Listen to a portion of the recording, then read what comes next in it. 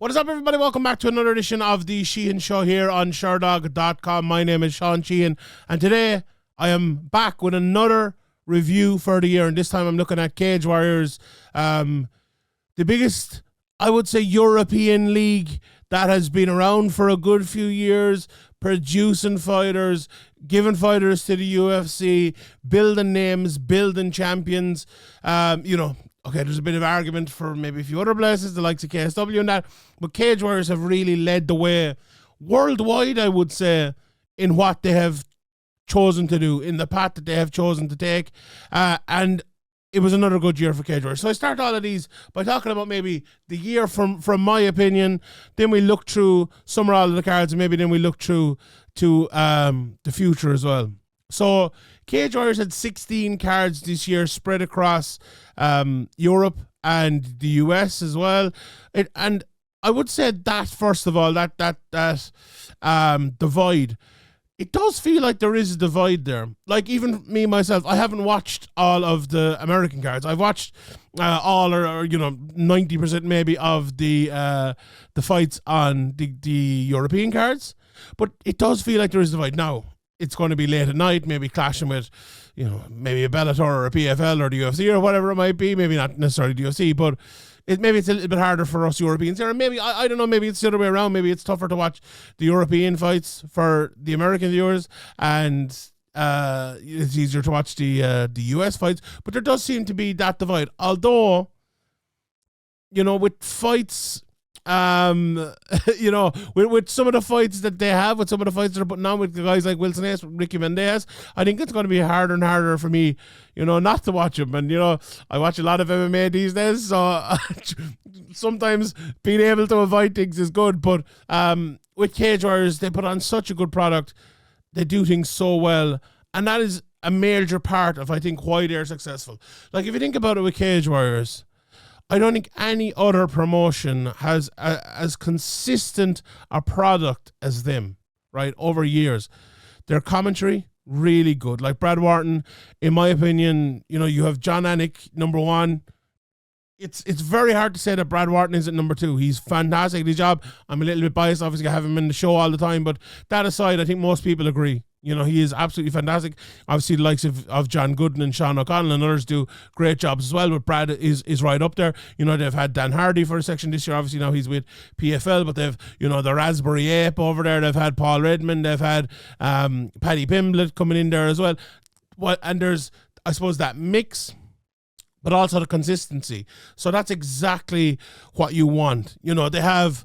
I interviewed Graham Boylan this year, and he talked about the production, and he gave a great insight into that. And he's one of the very few people who actually will give an insight into that and tell you the truth, even if you don't like it. I was giving out about they didn't have post-fight interviews. Like, look, we have a certain amount of time in a certain amount of slots in a certain amount of places, and we have to get this done. And I don't 100% necessarily buy that and think maybe there could be ways around it, but he told me it from his point of view. He told me how he believes it, and I understand it. And they have worked around it very well. And not even worked around it, they've worked they've worked a structure.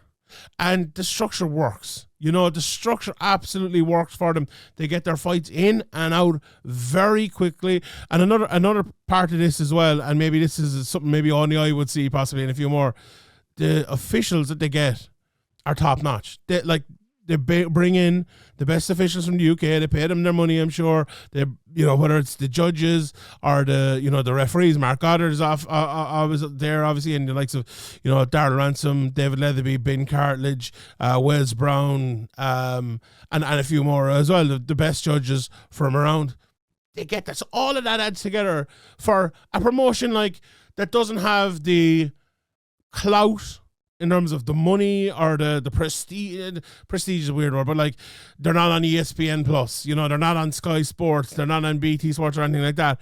Well, for them to put out the product that they do is really, really impressive. Like, fantastically impressive. And you only realize that when you go and watch other promotions, or you watch new promotions, or even to some extent, like, there's promotions out there.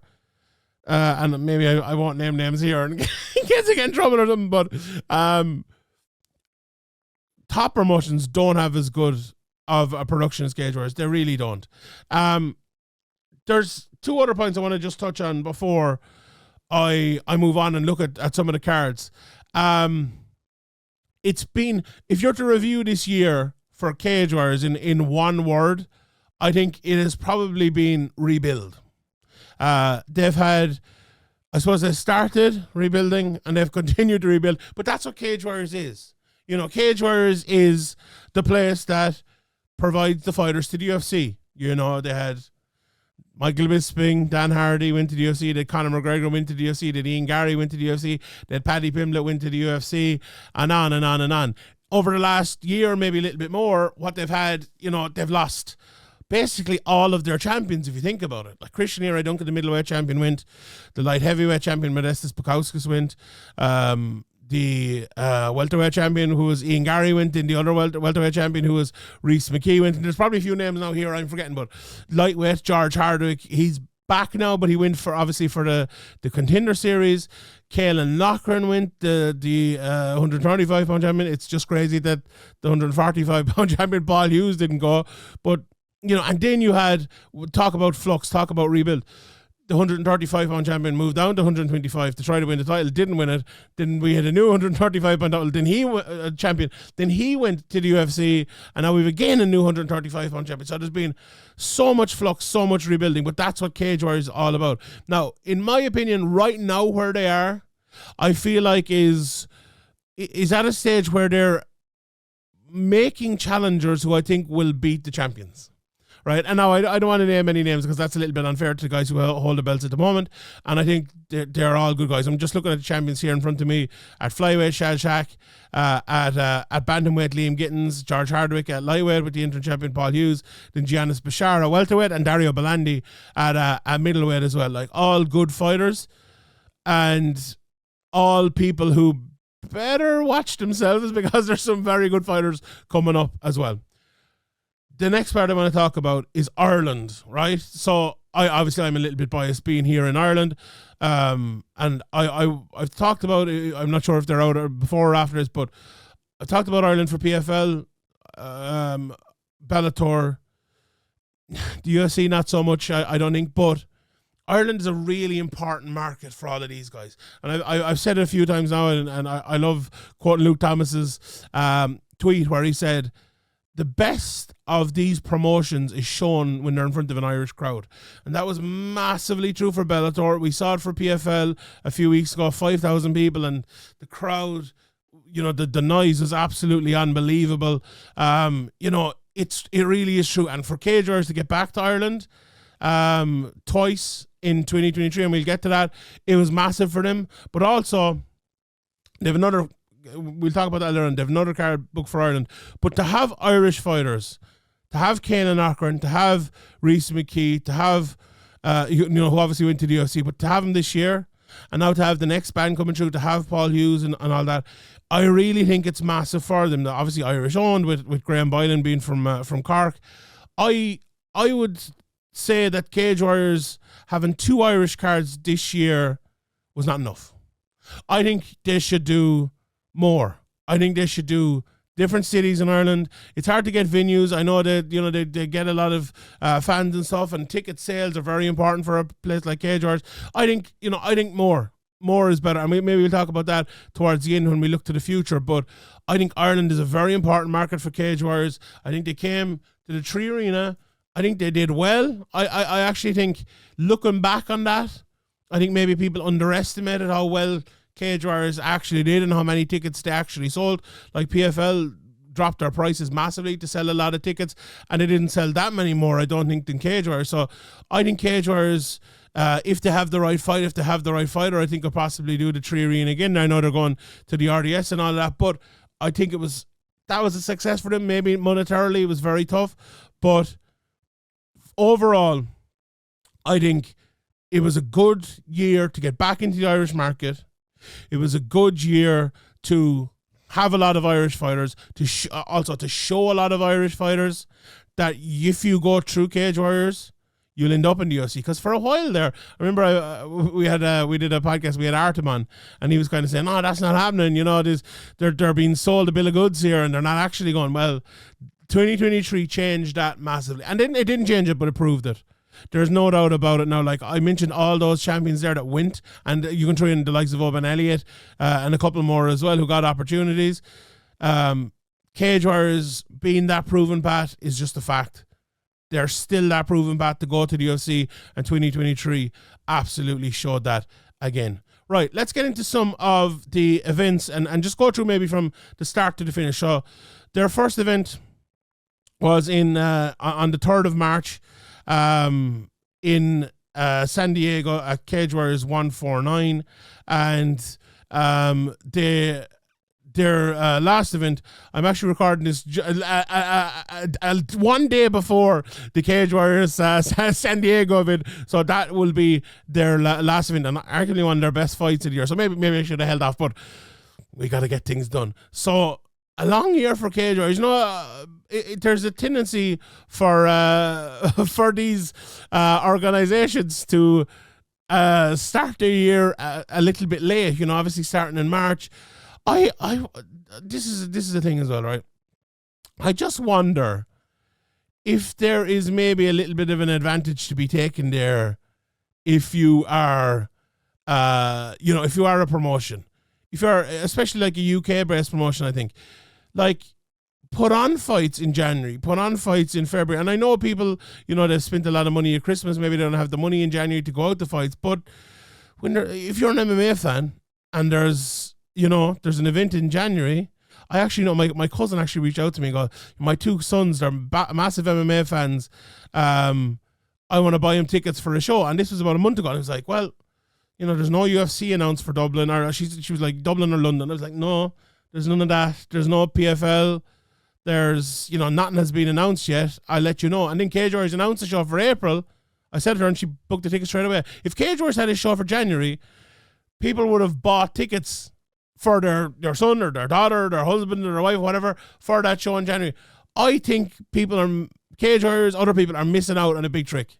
I really think that. Anyway, that's kind of become a theme in this, the promotion starting there. But anyway, they started March 3rd, which was a bit into the year, over in Cage Warriors 149. And Wilson Hayes, right, as I said, I'm more going to concentrate on the European side of it this year, but what a run Wilson Hayes has been on for Cage Warriors. Like, he's now fought, let me just look here, 1, 2, 3, 4 times for Cage Warriors. His 5th time will be have been done, hopefully, by the time this comes out.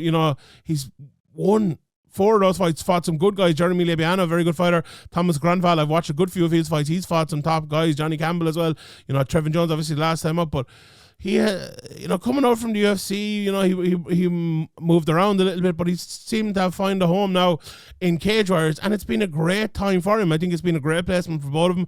I think, like, the likes of even Caelan Loughran was calling him out, fighting Ricky Banderas. Now, these are very good fights for Cage Warriors, and to have a veteran like that, I think is really good for Cage Warriors. And I suppose elsewhere on that card and on a lot of the American cards, it's been about building younger guys. I see a lot of them even on, say, the most recent one, a lot of like 1-0 guys, 2-0 guys, and you just wonder in a year or in 18 months' time, I wonder how many American 7-0, 8-0, 9-0 guys Cage Warriors will have and be able to send to the UFC too. So smart business there by Cage Warriors. I wonder will it be able to be as successful, I suppose, as they were in the UK. But I suppose we'll only find out that with time, because it's very much not easy to do. You look at Cage Warriors and maybe think, the system they have, the way they have of doing it is, you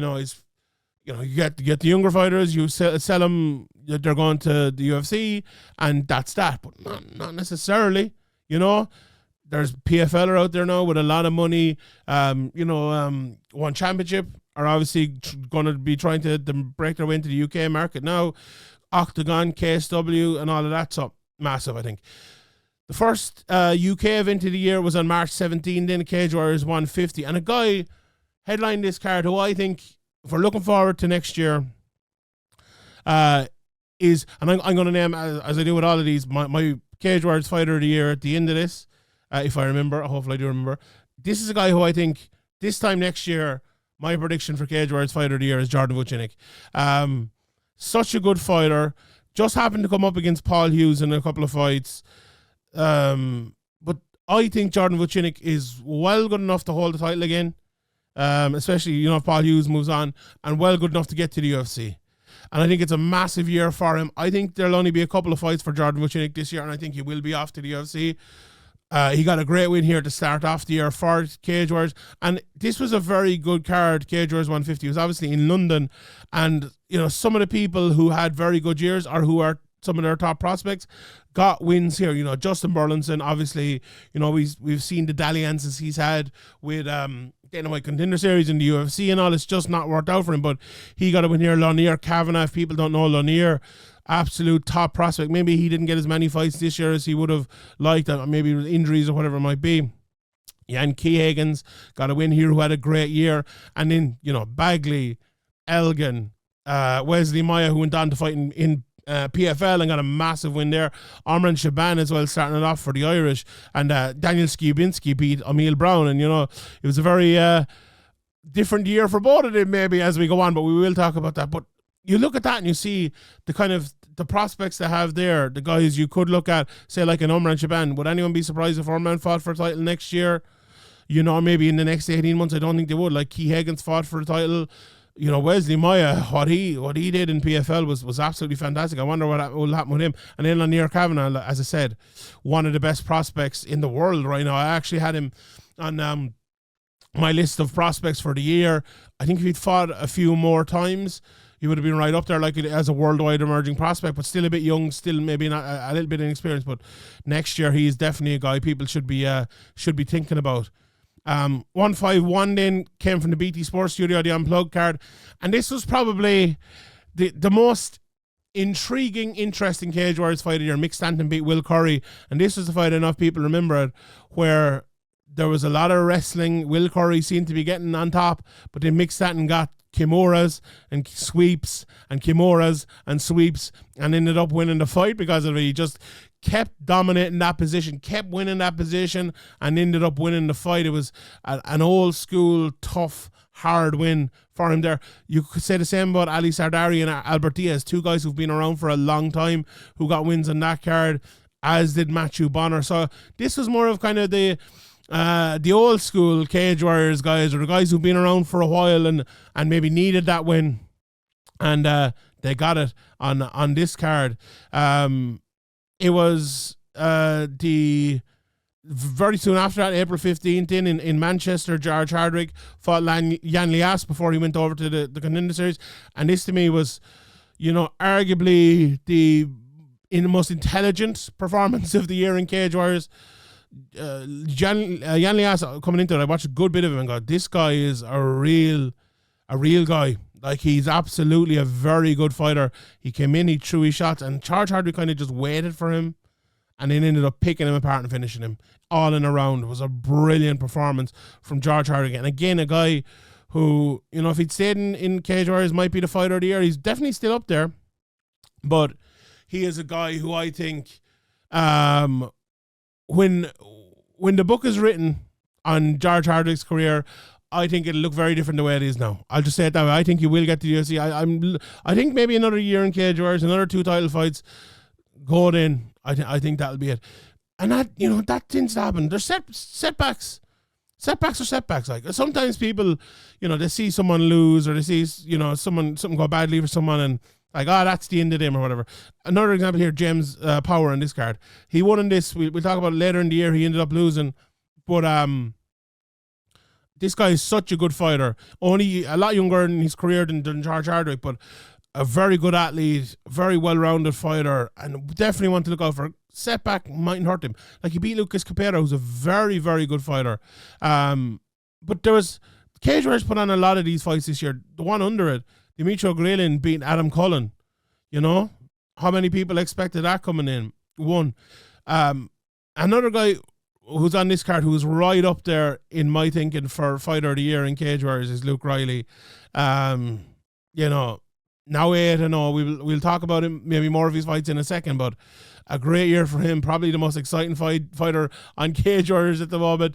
And for him to get a win here, in Manchester, which is not too far, obviously, from Liverpool. I wonder what Liverpool, will there be more fights there? I know it's tough to put on fights apparently in Liverpool and all that, but they have another star there. They had Paddy and all that. They always have people coming through the next gen gym.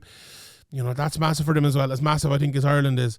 And then, Chris Bungar got a win on this. Liam Gittins, who we'll talk about more later on. Orlando Prince with a great win as well. But Matters Flaminas beat Alexi Mantikivi.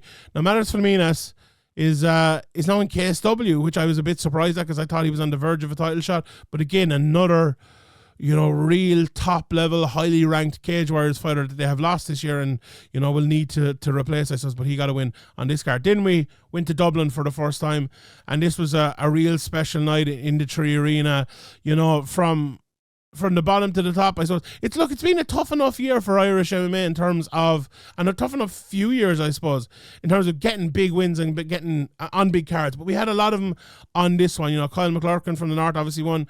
Great night for Alexander O'Sullivan, who's been the top amateur in Ireland for a long time with the likes of Solomon Simon, but Adam Shelley got back in the win-aways again. Leon Hill got a win. Adam Darby got a win. Paddy McCorry and a few more as well. Dickie McAleenan.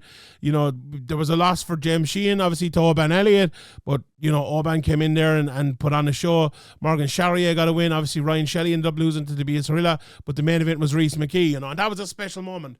Like, that's one of those fights that I think will go down in Irish history. Not that it was a classic fight or anything like that, like Reece kind of dominated the fight, but the fact he stopped him in his corner, jumped into the cage. I had interviewed Graham Boylan before that and convinced him to get someone to interview him, and it was Dan Hardy, in fact, that went in and interviewed him, and the crowd, he, as I said, jumped into the crowd.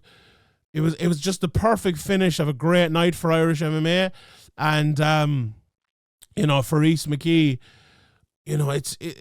obviously he went to the UFC after this. He ended up losing a fight, but such a talented fighter. You would just hope that he can get one win in the UFC and then spring from that, because he's been to the mountaintop now in Cage Warriors twice. They're close with the first time and at it this time. And he's such a good fighter, and it just hasn't fallen for him in the UFC yet. But again, shows that Cage Warriors can not only produce fighters, but can reproduce fighters almost to get to the UFC. And this was a special night. This was probably the card of the year for Cage Warriors in terms of maybe not all the best fights, or maybe not, all the most exciting fights. Some very good fights on it, no doubt about it. But to go into a big arena like that, to sell it, how many, 3,000 or 4,000 or 5,000 tickets? I'd say maybe around 4,000 tickets. That's massive for Cage Warriors, and I'm sure the arena is expensive and everything like that. But I hope it's not the last time they do it.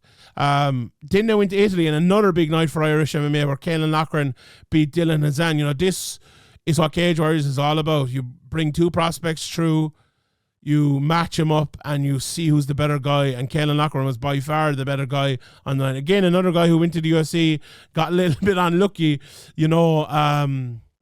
losing out to Taylor Lapis and fighting fucking Taylor Lapis.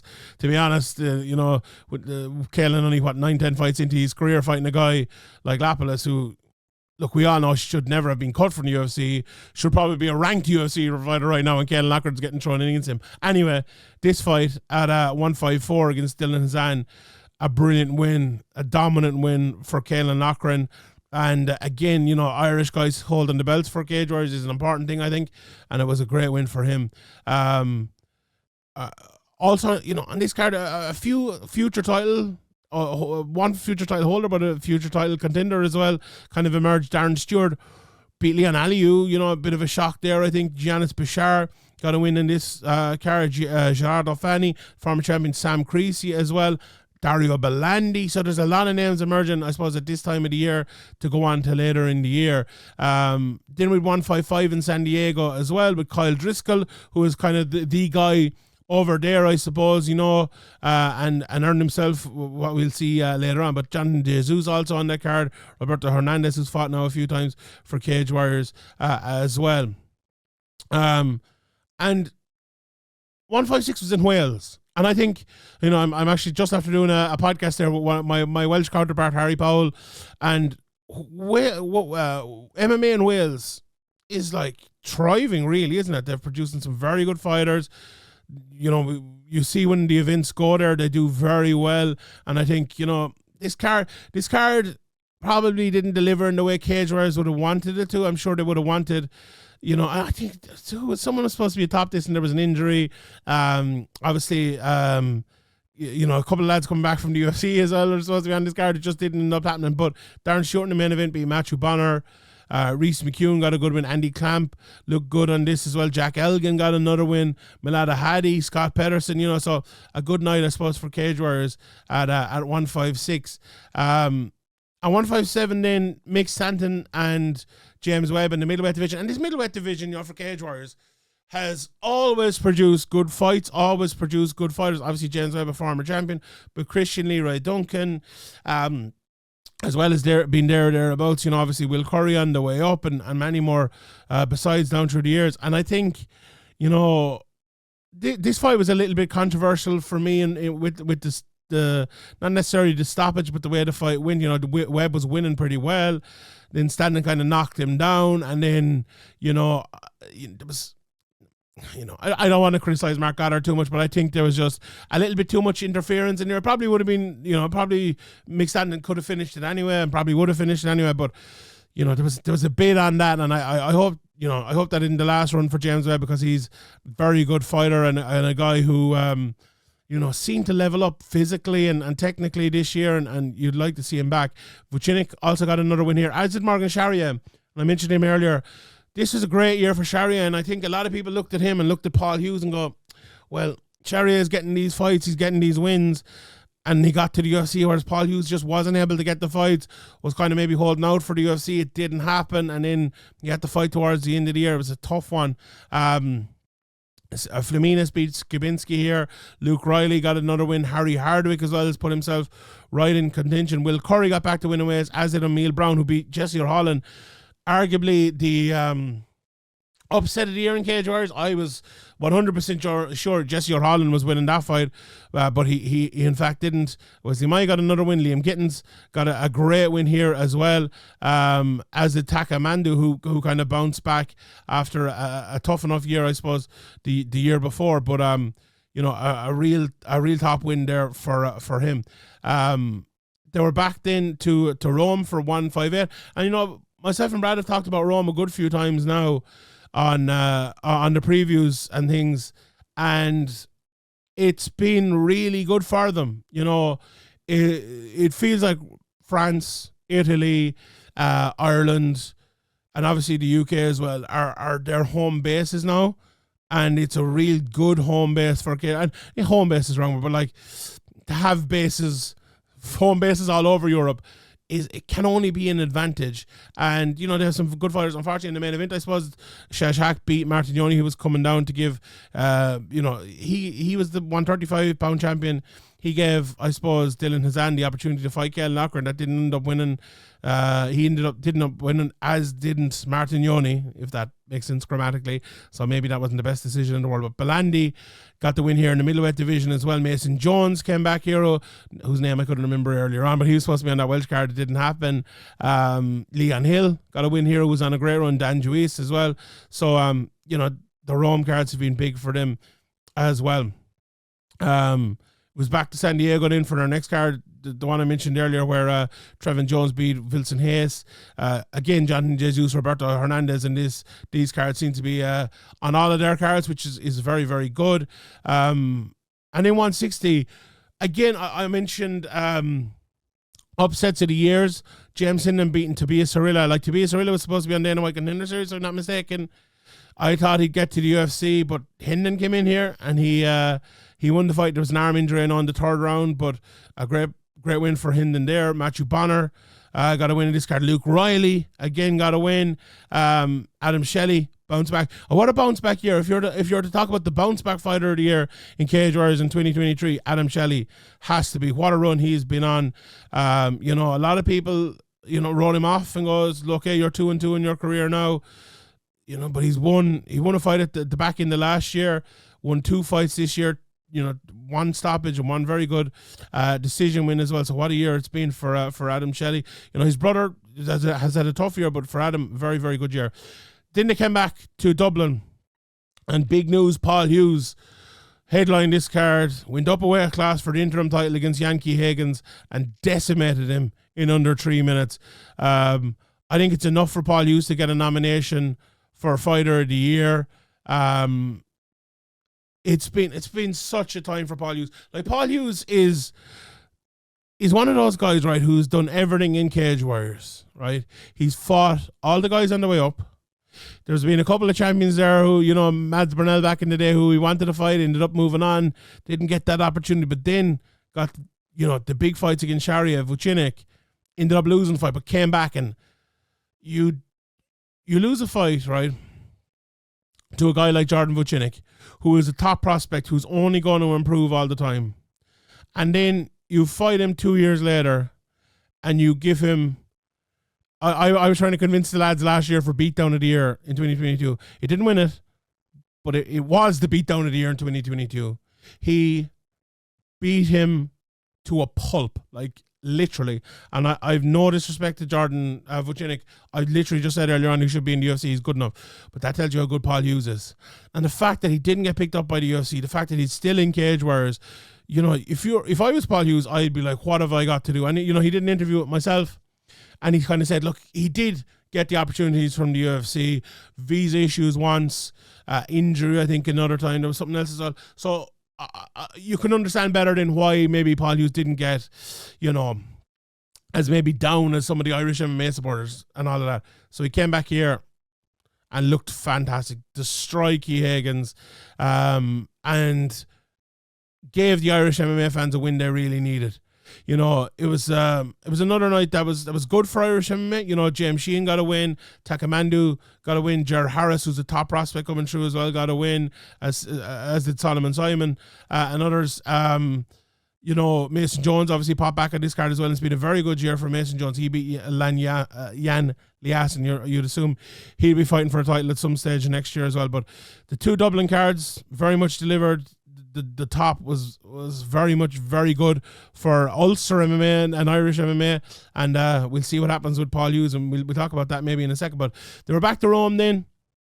In October, as we're coming towards the end of the year, Demetrio Grelu got the win over Patrizi, with Simeon De Ala beating Albert Diaz. Leon Aliu got back to winning ways. Sam Creasy got back to winning ways as well on that card. Then we move on to 163 in London, and, you know, knockout of the year, in my opinion, Giannis Bashar. I called it on the previous show beforehand, that left hook over Emil Brown.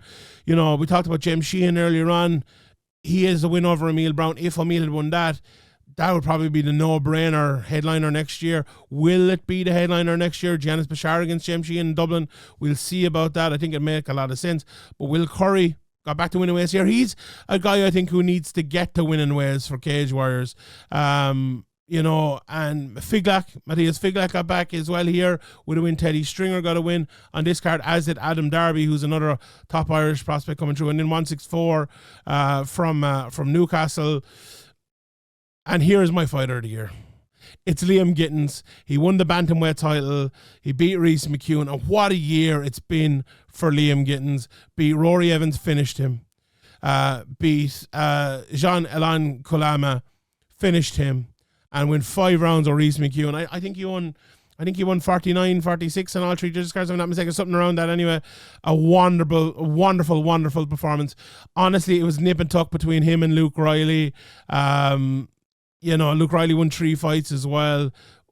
2 decisions, one knockout, but put on some really fun fights. But I think that belt just sealed it for me for Liam Gittins. I really did. He was a wonderful win here.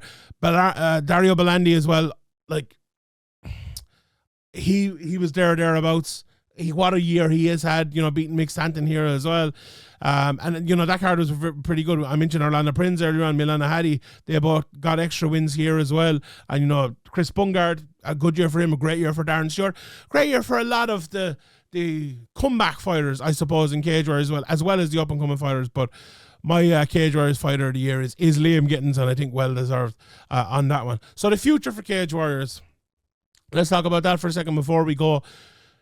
With Cage Warriors, the future is probably more certain than everywhere else, because you look at Cage Warriors and you look at their upcoming events: 1, 2, 3, 4, 5, 6, 7, 8, 9, 10, 11. Hold on, have I more? 12, 13, 14, 15, 16, 17. Now, some of them are Cage Warriors Academy shows and all, but there's a lot of events coming up for Cage Warriors. A lot of things to look forward to if you're a Cage Warriors fan, and it's absolutely brilliant. I think they've set out their stall with, Cage Warriors 166 is the first card of next year over in San Diego, and they have their cards announced all the way up to Cage Warriors 172 in May. So that's fantastic. You can plan your year. If you're in Newcastle, if you're in Glasgow, if you're in Dublin, you want to get your tickets. I love that. I really, really, really like that. And I think other promotions, could do a similar thing. So for Cage Warriors, the future, I think there needs to be a couple of things done. Concentrate in the Irish market, go there more. Hopefully you can get Paul Hughes, from Cage Warriors' point of view, to fight more. Hopefully you can push another guy, Ger Harris, James Sheehan, being maybe the first two guys that come to mind, but I'm sure there's a few more, like Omar and Shaban as well. Leon Hill, getting him back to winning ways, I think would be big for them as well.